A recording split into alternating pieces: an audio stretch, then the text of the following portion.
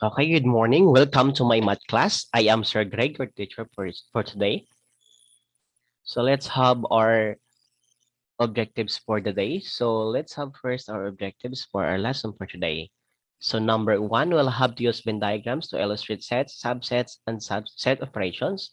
Number two, solve word problems involving sets with the use of Venn diagram. Number three, apply set operations to solve a variety of word problems. So for today, we'll have to talk about Venn diagram. So who discovered Venn diagram? So Venn diagram was discovered by whom? Sino siya? So naka-discover ng diagram ay si John Venn. Born on August 4, 1834, taga-England siya, died on April 4, 1923. Siya yung unang naka-discover of the use with the Venn diagram. Next, what we know or what I know. So the Venn diagram displays the results of a survey to 100 students in Misamis Occidental National High School of home on sa pet at home. So by this case, we will have to illustrate uh, using a Venn diagram with the survey of this 100 student in Misamis Occidental National High School of home owns a pet at home. May pagmayari ng hayop sa bahay. So what are the pets? Ano kaya sila? Yan. We have three pets. We have dog, cat, and bird. So as you see, this is the group of the dog, the group of the cat, and then this is the group of the bird. And then there's two ways outside within the sets. Bakit? Ibig sabihin yan, this is just a part of the universal set but not included in the sets. Okay? Kaya nasa labas siya ng circles. Again, this is capital letter U, denoted as universal set. Itong buong to. Okay? Lagi pong may malaking letrang doon sa labas. Next. So let's have these questions. So how many students owned only a dog? So ilan daw po nagmamayari ng aso based on our Venn diagram as it showed in our screen. So ilan daw po yung nagmamayari ng aso? Ayan, nasan yung dog ito, di ba? So we'll just have to add only a dog kasi po. Only a dog. Ibig sabihin, not covered by the cat, not covered by the bird. So what number yung hindi na-cover ng dalawang sets? We have 51. So tignan natin kung tama, kung 51 nga ba. Ayan, very good. That's correct. Next, number 3. How many students owned only a cat? Ilan daw po nagmamayari lang ng pusa? So same with number 1. So dapat hindi po nakaka-cover ng iba. So ano kaya yon? Ilang number? So we have 17. Okay? Kasi makikita natin, 17 lang po yung nandito na hindi na-cover ng iba, ng dog and cat. Okay, and then number 3, how many students own only a bird? By this time, only a bird. No, how many students? So we have this 1, 7, right? Because hindi sila na-cover ng dog and cat. Tignan natin yung tama. That's correct. Very good. So that's it. Now, let's proceed to number 4 question. How many students owned a dog but not a cat? Ilan daw po yung nagmamayari ng pusa pero ay ng aso pero hindi ng pusa? Ibig sabihin, kukunin lang natin yung numbers within the dog, pero yung napakop ng pusa, hindi natin isasama. Di ba yung numbers ng dog ay 51, 9, 6, 5? So na-cover ng cat yung 9 and 6, kaya hindi na natin siya isasama. So kukunin lang natin yung 51 plus 5. So we'll have 56. Tignan natin yung tama. Yes, that's correct. Then number 5, how many students on the cat? Ilan daw po yung nagmamayari ng pusa? So tignan natin, 35. Bakit kaya 35? Kasi itong pusa na to, itong set ng cat, ito yung pag-a-add natin. We have 17 plus 9. We have what? 26. Tama? 26 plus 6, 32. Yes, plus 3, we have 35. So that's it. Kaya po naging 35. Then let's have question number 6. How many students on the cat and a bird? Ilan daw pinagmamayari ng pusa at ibon? Tingnan natin kung ano yung sagot. 9. Now, sir, bakit po 9? Bakit kaya 9 yung pusa at ibon? Ito yung cat. Set niya. Ito yung bird. Now, makikita natin pag sinabi natin and, may makitang word na and, we are referring to the intersection or the overlapping section. So ito yung intersection ng dalawa. We have 6 and 3. That's why it is 9 because we'll just have to add 6 plus 3 to become 9. So that's it for number 6. Do you get it? Okay, very good. Let's proceed. For number 7 question, how many students on the dog and the bird but not the cat? Ayan. There's an and. Ibig sabihin intersection pa rin po, but by this time, but not a cat. Ibig sabihin, i-exclude natin si cat. Ito yung dog, ito yung bird. O intersection nila, itong part na to, di ba? Yung 5 and 6. Kaso sabi sa dulo, not a cat. So tatanggalin na natin si 6 kasi nasakop siya ng pusa or ng cat. So maging sagot na lang ay 5. Tignan natin kung tama. Yes, that's 5, di ba? Next, number 8. How many students on the dog or a cat but not a bird? By this time, we have the word or. Dog or a cat but not a bird. Pag sinabi natin or, it is a combination of the elements or the intersection. Pagsasamahin natin lahat yung mga intersection nila ay yung mga elements ng bawat set. Pero sabi sa dulo, but not a bird. So excluded na naman si bird. So we have dog and cat. Eh ngayon, but not a bird na po, ito nasakop ng bird, yung 5, 6, and 3, nasakop ng bird. So, dyan tayo. So, tatanggalin natin yung 5, 6, and 3. So, i-add na lang natin 51 plus 9 plus 17. Tingnan natin kung tama. Yes, tama. Maging 77. That's it. Then number 9. How many students on none of the 3 pets? Sino daw po nagmamayari wala sa tatlong hayop na yon? Hindi daw nagmamayari sa tatlong hayop na yon. Ilan? It is 2, 6, 7, or 9. Tignan natin. Ayan, 2 lang po. Yun yung sasabi natin kanina na yung 2 yung nasa labas ng sets. Yun po yung out of the sets. So, meaning, hindi nagmamay-ari ng aso, pusa, at ibon. Maybe ang inaalagaan niya ay ikaw. Ikaw lang gusto niyang alagaan. Ay, hindi. Malamang pwedeng ibang hayop, di ba? No, kaya pwedeng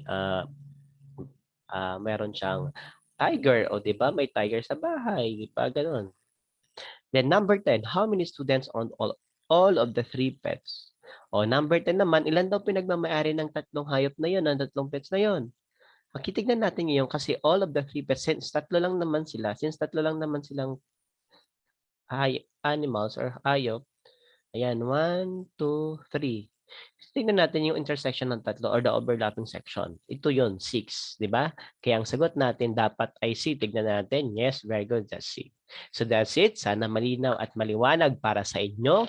Maliwanag, kasing liwanag ng pagpasa nyo. Okay, thank you. Okay, so let's proceed to the next one. Let's have now, what's new? A simple way of illustrating set, subset, and set operation is through a Venn diagram. Yun na nga. So this is a simple way to illustrate set, subset, and set operation using the Venn diagram. Okay, let's have this one first. Set A, example with the shaded region or my color, we have set A. Ibig sabihin, ito lang po yung kailangan elements na tinutukoy, elements that belongs to set A. Examples, ang elements ng A ay P and OY. So we have this elements, shade lang natin. Okay? Ganon din sa B kung set B. Yung may shade lang po or shaded part is yung B. Kasi po, ang tinutukoy niya ay elements that belong to set B. Ganon din po kapag may elements na P o T yung B. So nakapaloob siya sa boundary ng B. So yun, nakasama siya sa kinulayan or nakulayan. Okay? Then this one, A intersection B. Babasahin to as intersection na parang inverted U po. Or yan po nakalagay naman, A intersection B. So by this time, kukunin natin yung gitna, yun yung may shade, yun yung may kulay. Ibig sabihin, yun yung intersection or overlapping section. Elements are common to set A and set B. Ibig sabihin, magkatulad na numbers or elements sa A and B.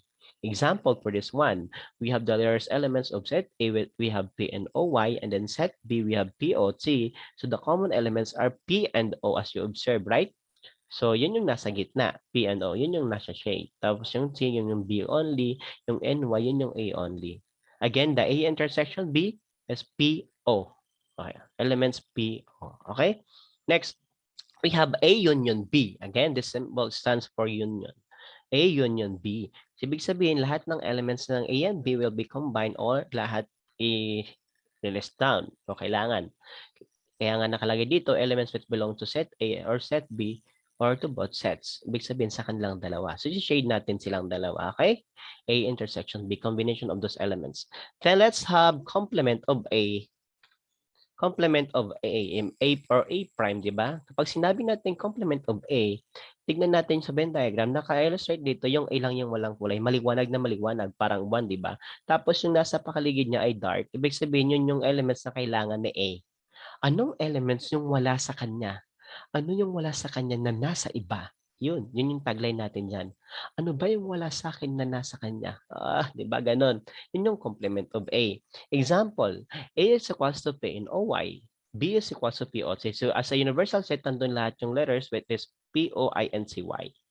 A set A, P, and OY, a set B has an elements of POC. So by this time, so sabi nga dito is complement of A, yung wala sa kanya. Since yung nasa kanya lang ay P and OY, yun po yung may hindi kinulayan, yung light, yung white part or yung maliwanag. Then yung mga nasa labas, out of that set, yun po yung may shade within the universal set. Okay? Yun po yung natitira. Yun yung kailangan na elements. Then next, we have complement of B. This is just contrary of A or the inverse or what? The opposite, yes. 'Di ba kung A kanina kailangan niya ang elements ng iba or labas sa kanya, ganun din sa complement of B or B prime, yun yung wala din sa kanya. Ano ba yung wala sa akin na nasa iba? Ganun pa rin yung tagline natin, pero B naman niya yun, 'di ba? Ano ba yung meron sa kanila na wala sa akin? Ano ba yung pagkukulang ko? Okay, gano'n. Okay na. So, elements of universal set that do not belong to B. Ayan. Kaya makikita nyo yung bilang po yung maliwanag. Ayan po, katulad kanina, di ba? A ngayon naman B. Ayan, as illustrated that. Okay? Next, we have A minus B or the difference of set A and set B. So, by this time, kukunin natin yung matitira. Ano lang ba yung natira sa akin? Yun. Set A tayo. So, A minus B. Pag A minus B yung natira sa A. Pero the other way around, B minus A yung natira sa B. Ganun lang mo yung kasimple. Okay? Example, set A has an element of P and OY. Set B has POT. So, we'll just have to determine first what are the common elements. So, dito makita natin yung P tsaka O, di ba? They are common to both sets. Yun yung tatanggalin natin. So, eliminated na po or cancelled out. Ngayon, matitira na lang sa A yung NY, matitira na lang sa B ay C. So ngayon, ang i-shade natin using the Venn diagram, yung natira na lang sa A. Kaya dito tayo natin ilagay sa yung NY sa loob, yun yung may shade. Yun lang yung natira sa kanya. Yun ang meron ako. Okay, yun po. So elements that belong to set A but that do not belong to set B. Okay? Next. Okay, so what is it? So there are many simple real life problems that could be solved applying the concept of Venn diagram, but this is impossible if you don't have the idea about the setup of this diagram. Let us explore further how this diagram could solve the many real life problems. Okay, let's see. Okay, we have this problem. A class of 25 students were surveyed and asked if they have a brother or a sister. Ayan. Ayan. Then eight students say they have only a brother. Six students said they have only a sister. Another six said they have both brother and sister. And five said they don't have a brother or a sister. So maliwanag na maliwanag, right? So meron daw 25 student na tinanong. Tapos meron about kung meron silang brother or sister. So 25 all in all. Then meron daw 8 na nagsabi na meron silang brother, and then meron 6 na nagsabi na meron lang silang sister. And then meron din nagsabing 6 din po na meron silang brother and sister. And lastly, meron 5 nagsabi na wala silang brother, wala din silang sister. Ibig sabihin, they are only child. Okay. Now, but speaking of only child, di ba? So nasa iyo lahat yung atensyon, mahal na mahal ka ng magulang mo. So okay lang po yun maging only child. As long as mahal na mahal tayo ng mga tao na kapaligid sa atin. Tama? Okay, very good. Now, let's have this one. This is the illustration of those problems. This is the by description first. Ito naggawa tayo ng Venn diagram, dalawa. Of course, overlapping kasi meron tayong common elements, brother and sister. And then this one is sister part. Okay, sister elements. So sister only yung nasa kanan. Ito naman yung brother set. Ito naman yung brother only sa kaliwa. And din sa labas, do not have brother or sister. Of course, nandun pa rin yung universal symbol natin, which is U. Lagi, wag kakalimutan yan na laging ilalagay. Okay, in numbers, ito na po yung illustration natin. Final, Venn diagram. Okay, so you have universal sign. You have this one overlapping sets. We have the brother and sister, and then we have in the middle part, the intersection, which has brother and sister, 6, and then sister only, 6, and then 8 that has brother only. Okay, Not have brother only. And then 5, which do not have brother and sister. Kaya nasa labas. Okay lang po yung 5 nasa labas. Okay lang po dito sa kanto, sa baba ng Venn diagram, o pwede rin sa kanan ilagay. Basta nasa labas lang siya ng sets. Okay? Okay. Next. So, there are more. So, there are problems involved resets. Okay, meron din daw problem na involved resets. Of course, pinakita ko kanina, di ba, yung mga hayop, yung dog, cat, and bird, yun. Involved resets din po. The shaded parts of the sets are named and identified. Ayan, the shaded parts of the sets are named and identified. So, let us study the following illustration. Ayan, papakita ko dito yung illustration ng mga identified shaded part kung para saan at para ano yung tinutukoy. Okay, let's have this one. By this time, we have games, basketball, volleyball, and badminton. Now, let's have this first. Basketball. This part is the basketball set. And then dito na nasa baba, volleyball set. And then this one, kanang taas, this is the badminton. And then this one, the intersection of basketball and badminton. Ibig sabihin kung saan magkatulad yung elements ng basketball and badminton. How about this one? Ito po yung intersection ng volleyball and badminton. Okay? Ibig sabihin magkatulad yung elements na dito. Tinutukoy lang pa by this time. And then this one, the shade part sa kanan, ito ay pinapakita dito yung basketball and volleyball. Okay? Then we have this part. Itong pong nasa taas ay para sa basketball and badminton only. Only ha, kasi po may isa pa kasi volleyball. So this is an intersection of volleyball, basketball and badminton only. And then this one sa baba, basketball and volleyball only.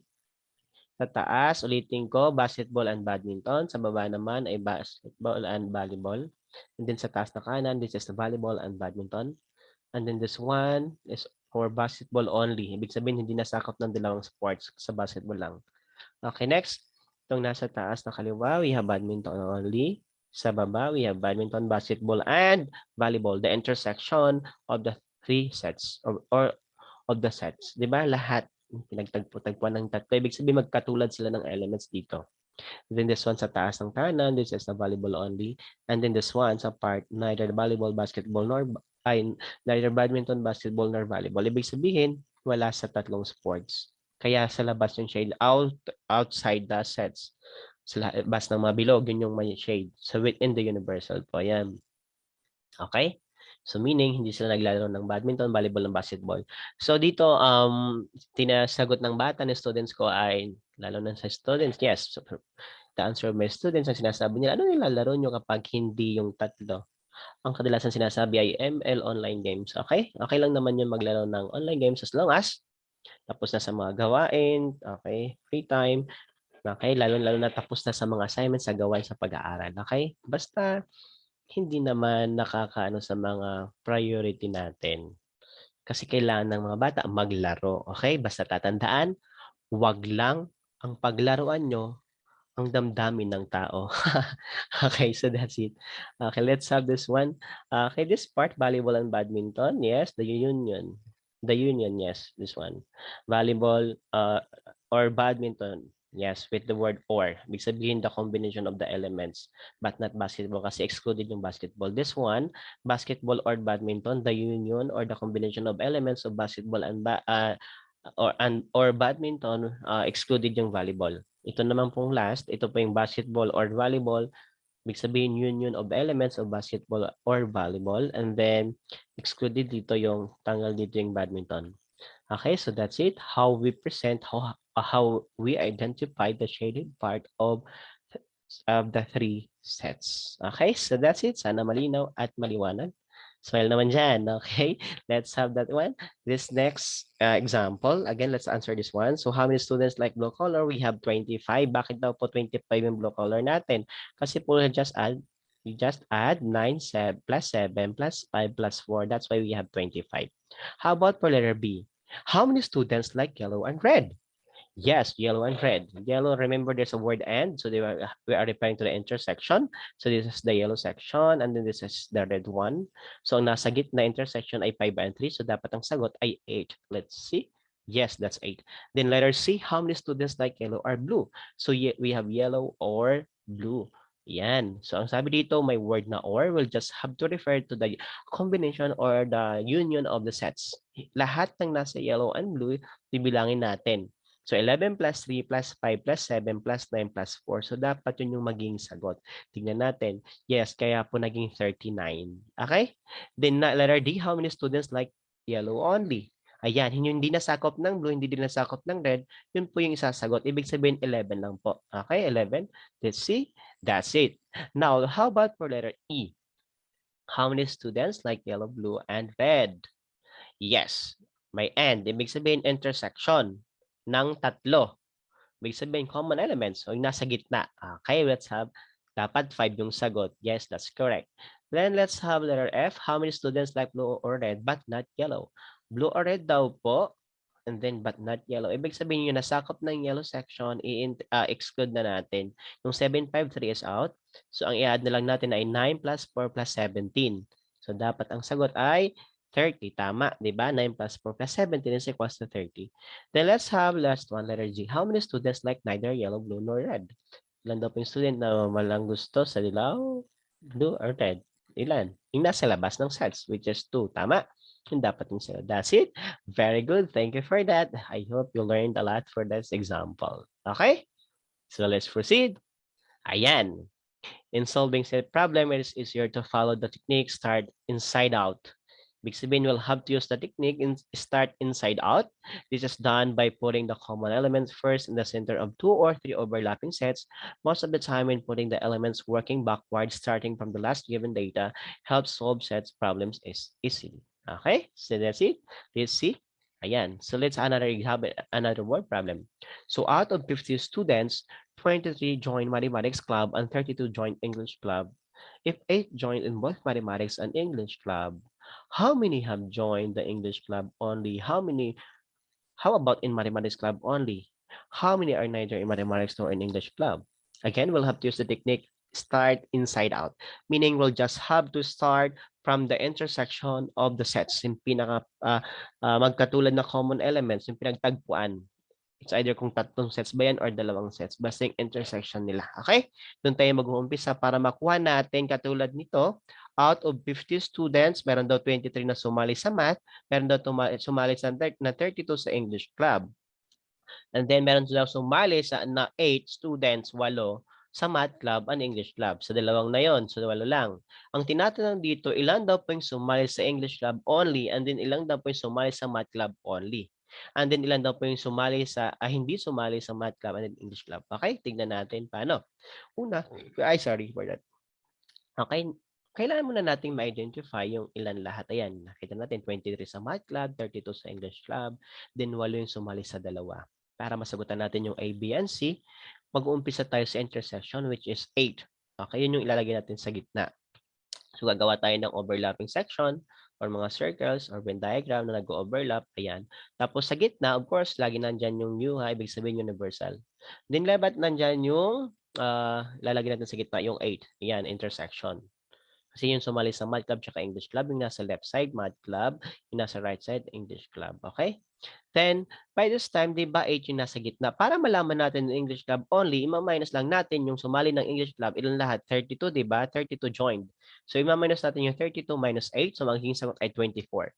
So, ibig sabihin, 24 lang po yung nandun sa English club only. So, same as for math club. Ganon din po. Kung ilan yung sumali sa math club, 23, ima-minus natin sa 8. So 23 minus 8 is equals to 15. So that's why maging number doon sa 15 or students, yung math club only ay 15. Okay? Yun po yung magiging sagot natin sa A and B. English club only for 24, math club only is 15. Okay? Now, ilan naman po yung nasa labas? Since meron na tayong 15, 8, 24, i-add lang natin. Bakit po ba naging 3 sir sa labas? Kasi po, 15 plus 8, we have 23 plus 24, we have 47. Yang sabi kanina, out of 50 students, 50. 50, kaya ima-minus natin yung 50 minus 47 equals to 3. So 3 na lang yung hindi kumuha ng dalawang club na yon, di ba? Yung dalawang club na yon, we have 3. Kaya ilalagay natin yung 3 outside the elements or the sets o outside sa mga circles. Okay? Pwedeng sa kaliwa, basta kahit saan, basta nasa labas. Okay ba? That's it. So ngayon, nasagutan na natin yung A, B, and C. Okay, ito po yung final answer. So how many have joined the mathematics club only? We have 15. How many have joined the English club only? We have 24. How many are neither in mathematics nor in English, hindi daw sumali sa dalawa, so 3. So that's it, our final answer for the word problem that we had. With the use of the technique, start inside out. Okay? Magsisimula muna tayo sa loob bago tayo palabas. Okay? Tama. So that's it. Sana marami kayong natutunan ulit ngayong sa aral na ito, sa araw na ito at sa lesson na ito. Again, I am ulit Sir Greg, your teacher for mathematics. Again, para naman ngayon, you can share your understanding and then your realization. Okay? So that's it for today. You can share it with me. Okay? Thank you and God bless you.